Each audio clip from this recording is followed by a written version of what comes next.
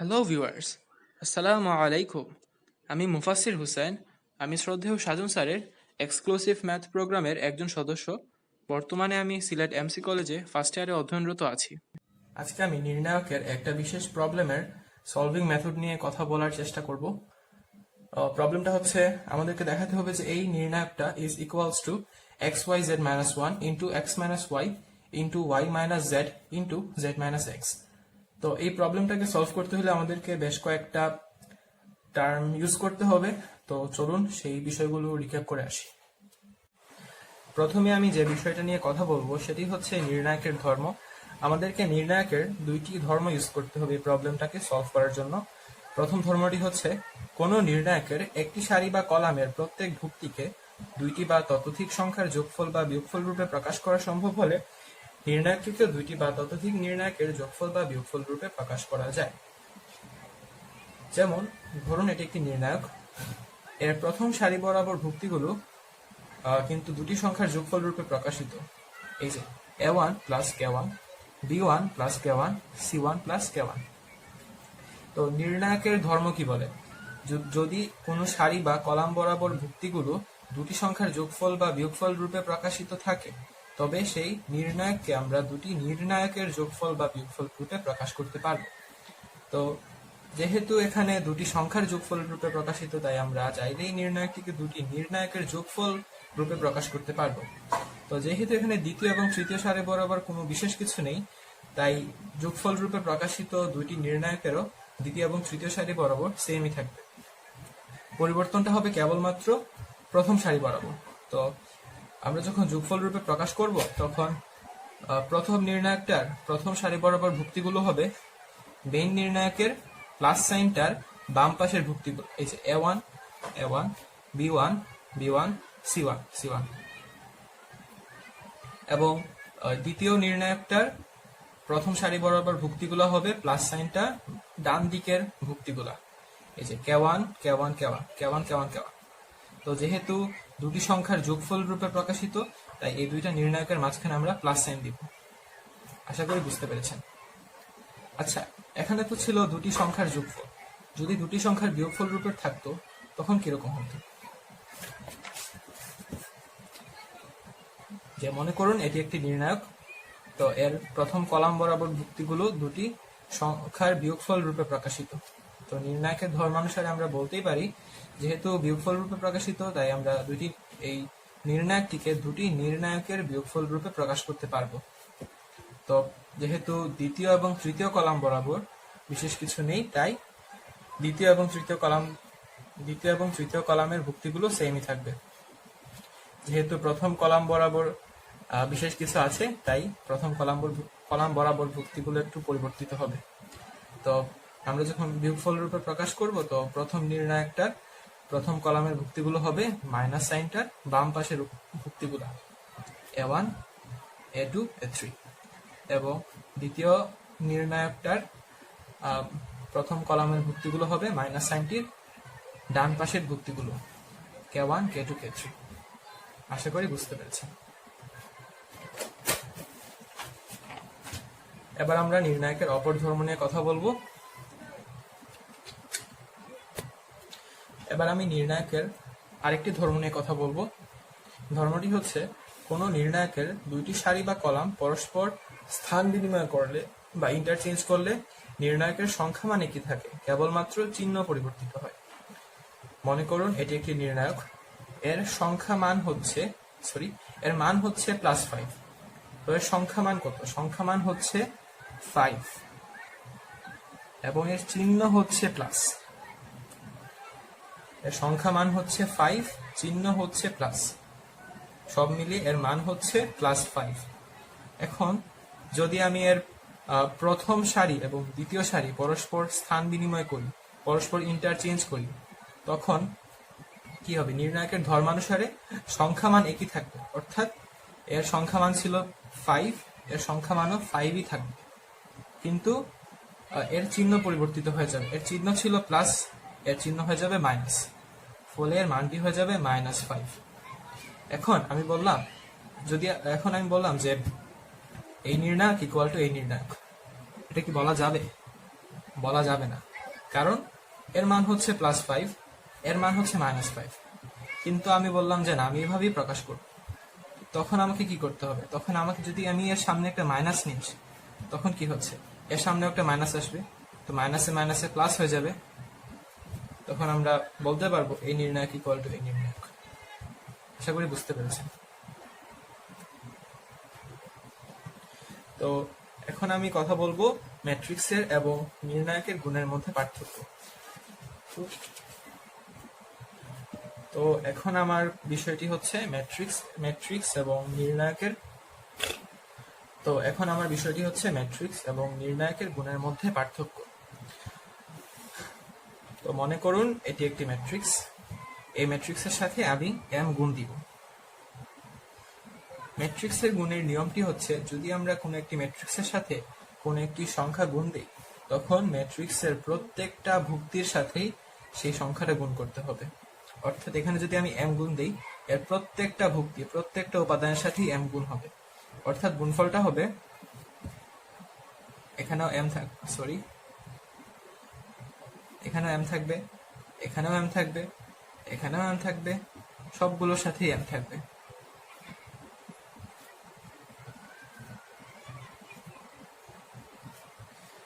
এবার আসা যাক নির্ণায়কে।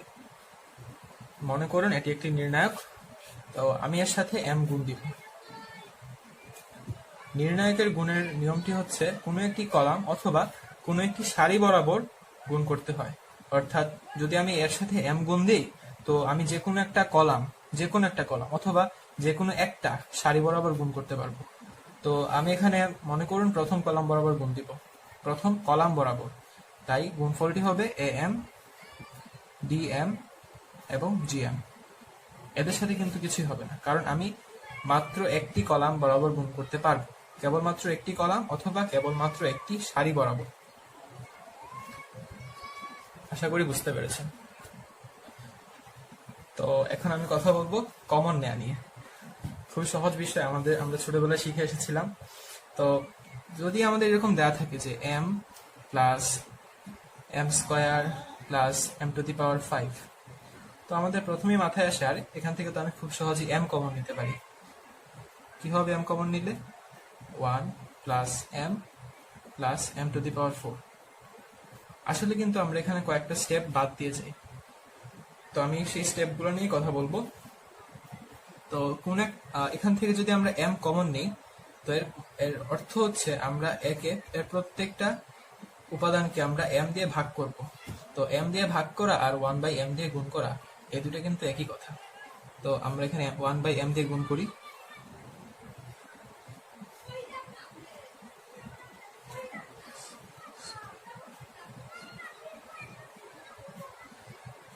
তো আমার কি এখানে 1/m ছিল?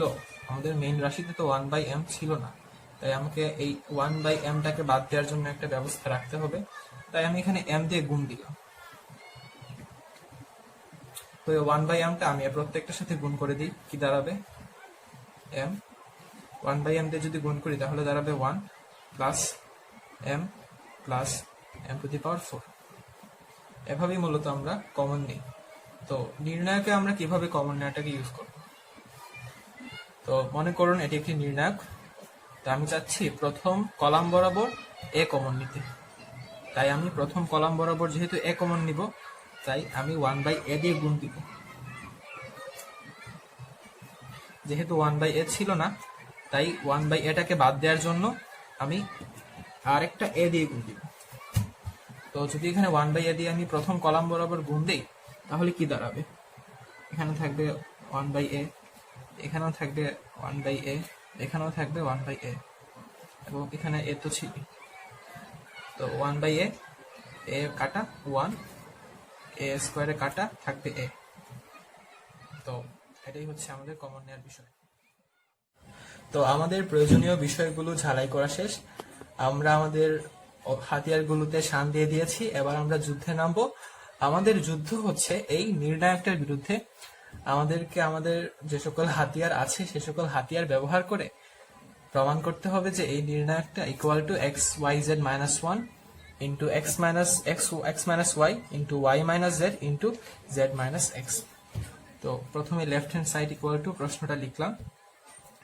তো প্রথমে আমরা প্রথম হাতিয়ারটা ব্যবহার করব। আমাদের প্রথম হাতিয়ার কি ছিল? নির্ণায়কের প্রথম যে ধর্মটা নিয়ে কথা বলেছিলাম প্রথমেই, কোনো নির্ণায়কের যে কোনো একটি সারি অথবা যে কোনো একটি কলাম বরাবর ভুক্তিগুলো যদি দুটি সংখ্যার যোগফল বা বিয়োগফল রূপে প্রকাশিত থাকে, তবে সেই নির্ণায়ককে আমরা দুটি নির্ণায়কের যোগফল বা বিয়োগফল রূপে প্রকাশ করতে পারবো। দেখুন এখানে তৃতীয় সারি বরাবর ভুক্তিগুলো কিন্তু দুটি সংখ্যার বিয়োগফল রূপে প্রকাশিত। তাই নির্ণায়কের ধর্মানুসারে আমরা এই নির্ণায়কটিকে দুটি নির্ণায়কের বিয়োগফল রূপে প্রকাশ করতে পারবো। তো যেহেতু এর প্রথম সারি এবং দ্বিতীয় সারি বরাবর বিশেষ কিছু নেই, তাই এর থেকে আমরা যে দুইটি নির্ণায়ক বের করব, সেই দুইটি নির্ণায়কের প্রথম এবং দ্বিতীয় সারি বরাবর ভুক্তিগুলো সেমই থাকবে। পরিবর্তনটা আসবে কেবলমাত্র তৃতীয় সারিতে। তো প্রথম নির্ণায়কটার তৃতীয় সারির ভুক্তিগুলো হবে মাইনাস সাইনটার বাম পাশের ভুক্তিগুলো x cube, y cube, z cube, এবং দ্বিতীয় নির্ণায়কটার তৃতীয় সারির ভুক্তিগুলো হবে মাইনাস সাইনটার ডান পাশের ভুক্তিগুলো 1 1 1। এবং যেহেতু এরা বিয়োগফল রূপে প্রকাশিত, তাই এই দুটি নির্ণায়কের মাঝে আমরা মাইনাস সাইন দিব, এখানে মাইনাস হবে। তো এবার আসি আমরা দ্বিতীয় স্টেপে আমরা কমন নিব। আমরা এই নির্ণায়কের প্রথম কলাম বরাবর এক্স কমন নিব। প্রথম কলাম বরাবর যদি এক্স কমন নিই, তো আমরা অবশ্যই এখানে প্রথম কলাম বরাবর 1/x দিয়ে গুণ দিব, আর বাহিরে একটা এক্স রাখবো। যদি 1/x দিয়ে গুণ দিই তখন কি থাকে? এক্স দিয়ে ভাগ যাবে 1, এখানে এক্স দিয়ে ভাগ যাবে এক্স, এখানেও এক্স দিয়ে ভাগ যাবে, থাকবে হচ্ছে এক্স স্কয়ার, এবং বাকিগুলো সেমই থাকবে। তো আগের লাইনটিকে আমি আবার লিখেছি এখানে। তো এবার আমরা দ্বিতীয় এবং তৃতীয় কলাম বরাবর ওয়াই এবং জেড কমন নিব। যদি দ্বিতীয় কলাম বরাবর ওয়াই কমন নেই, তখন অবশ্যই আমাকে দ্বিতীয় কলাম বরাবর 1/y দিয়ে গুণ করতে হবে, অর্থাৎ ওয়াই দিয়ে ভাগ করতে হবে। তো ওয়াই দিয়ে ভাগ করি আমি, ওয়াই দিয়ে ভাগ করলে থাকবে 1, এটাকে ওয়াই দিয়ে ভাগ করলে থাকবে ওয়াই, এবং ওয়াই কিউবকে ওয়াই দিয়ে ভাগ করলে থাকবে ওয়াই স্কোয়ার। তেমনি ভাবে জেড এর ক্ষেত্রেও থাকবে 1 জেড এবং জেড স্কোয়ার। এবার আমরা এই নির্ণায়কটাকে কাজে লাগাবো। এই নির্ণায়কে আমরা নির্ণায়কের যে আরেকটি ধর্ম ছিল সেই ধর্মটা ইউজ করব। সেই ধর্মটা কি ছিল? যে কোনো একটা নির্ণায়কের দুটি কলাম অথবা দুটি সারি পরস্পর ইন্টারচেঞ্জ করলে নির্ণায়কটার সংখ্যামান একই থাকে, কেবলমাত্র চিহ্ন পরিবর্তিত হয়। তো আমরা এখানে এই নির্ণায়কের তৃতীয় সারি এবং দ্বিতীয় সারির মধ্যে ইন্টারচেঞ্জ করব। যদি তা করি তখন কি থাকবে? এই যে তৃতীয় সারি চলে আসবে দ্বিতীয় সারিতে এবং দ্বিতীয় সারি চলে আসবে তৃতীয় সারিতে। তো নির্ণায়কের সংখ্যামান সেমই থাকবে, কেবলমাত্র চিহ্ন পরিবর্তিত হয়ে যাবে। যদি চিহ্ন পরিবর্তিত হয়ে যায়, এখানে ছিল মাইনাস, এখানে কি মাইনাসই থাকবে? না, এখানে হয়ে যাবে প্লাস।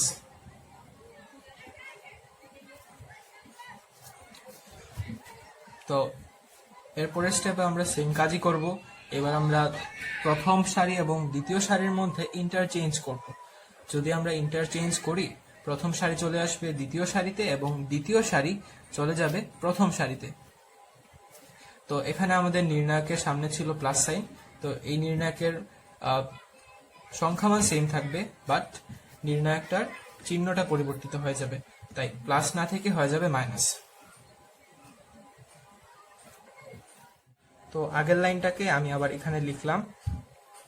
আচ্ছা দেখুন, এখানে কি আমি এই অংশটুকু কমন নিতে পারি না? এটা কিন্তু সেম আছে, তাই করলাম এই অংশটুকু আমি কমন নিয়ে নিলাম। তো এর সহগ ছিল xyz, এর সহগ ছিল -1, এই দুটোকে ব্র্যাকেটের মধ্যে রাখলাম। তো এখন একটা ভিন্ন বিষয় নিয়ে কথা বলি। যদি আমরা কখনো এরকম পাই যে কোনো একটা নির্ণায়কের যে কোনো একটা সারি অথবা যে কোনো একটা কলাম বরাবর ভুক্তিগুলো সেম, তখন আমাদের আসলে আনন্দের কথা। কেন আনন্দের কথা?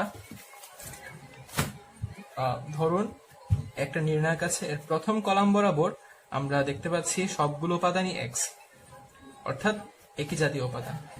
তো যদি একই জাতীয় উপাদান থাকে, আমরা কিন্তু চাইলেই প্রথম সারি থেকে দ্বিতীয় সারি বিয়োগ করতে পারি।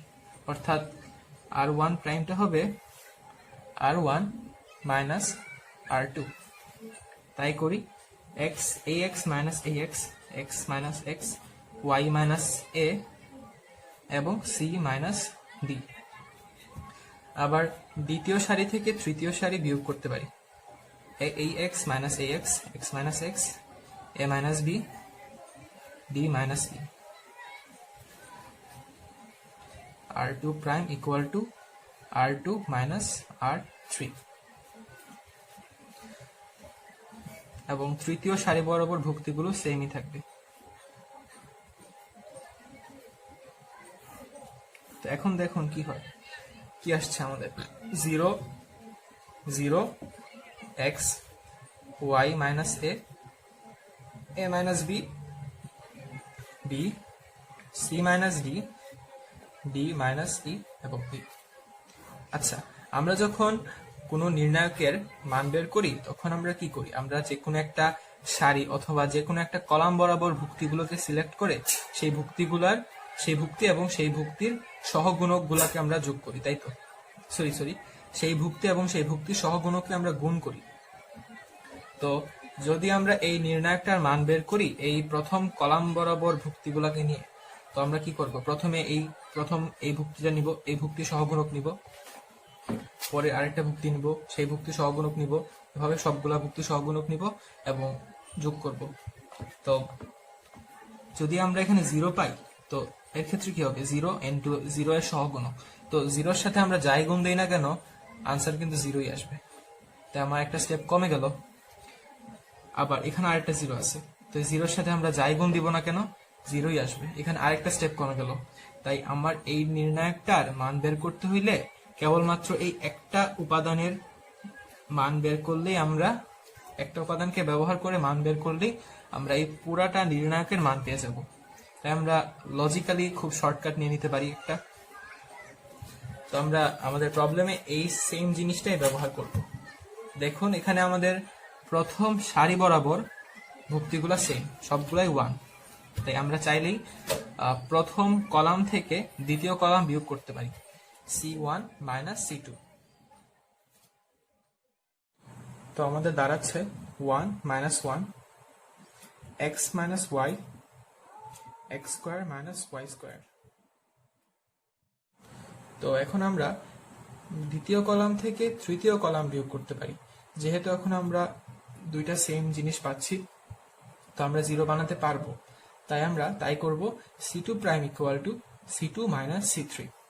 তো দাঁড়াচ্ছে 1 মাইনাস 1 y মাইনাস z এবং y square minus z square. তো আমরা প্রথম সারি বরাবর দুটি ভুক্তি শূন্য পাচ্ছি।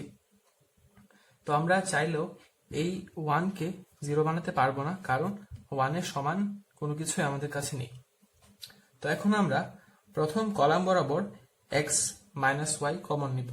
তাই আমাদেরকে প্রথম কলাম বরাবর 1/x মাইনাস y দিয়ে গুণ করতে হবে।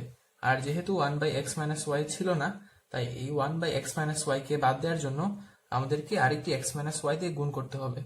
তো আমরা x মাইনাস y কে রেখে দিলাম এবং 1/x মাইনাস y প্রথম কলাম বরাবর গুণ দিলাম। তো 0-এর সাথে 1/x মাইনাস y গুণ হলে থাকবে 0, x minus y into 1/x minus y থাকবে 1, এবং যেহেতু x square minus y square is equals two x plus y into x minus y, তাই এর সাথে 1/x মাইনাস y গুণ দিলে থাকবে x প্লাস y। তো এবার দ্বিতীয় কলাম বরাবর y মাইনাস z কমন নিব। তো এবার আগের মতোই কাজগুলো করব।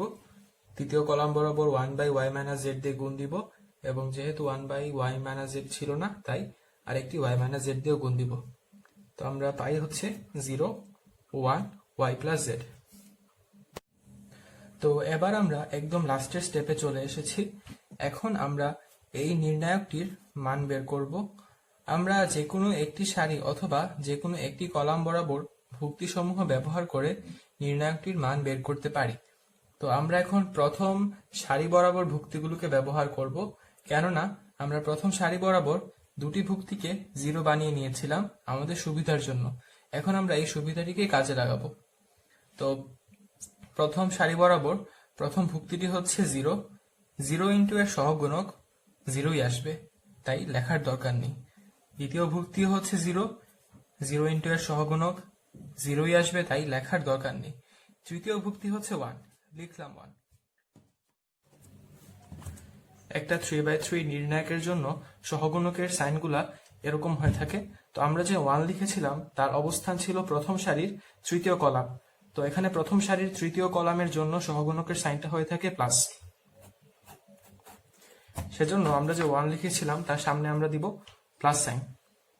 এবার 1 এর কলাম বাদ, 1 এর সারি বাদ, এবং এই 1 ইন্টু ওয়াই প্লাস জেড আর গুণ হবে মাইনাস এই 1 ইন্টু এক্স প্লাস ওয়াই আর গুণ হবে। এবার যদি আমরা গুণ করে দিই তবে আমাদের অবস্থাটা এরকম দাঁড়ায়। এখান থেকে ওয়াই এবং মাইনাস ওয়াই কাটা, থাকবে জেড মাইনাস এক্স। তো আমরা পেয়ে যাচ্ছি X Y Z minus 1 into x minus Y into Y minus Z into Z minus X. এটাই হচ্ছে আমাদের right hand side. So left hand side is equals to right hand side.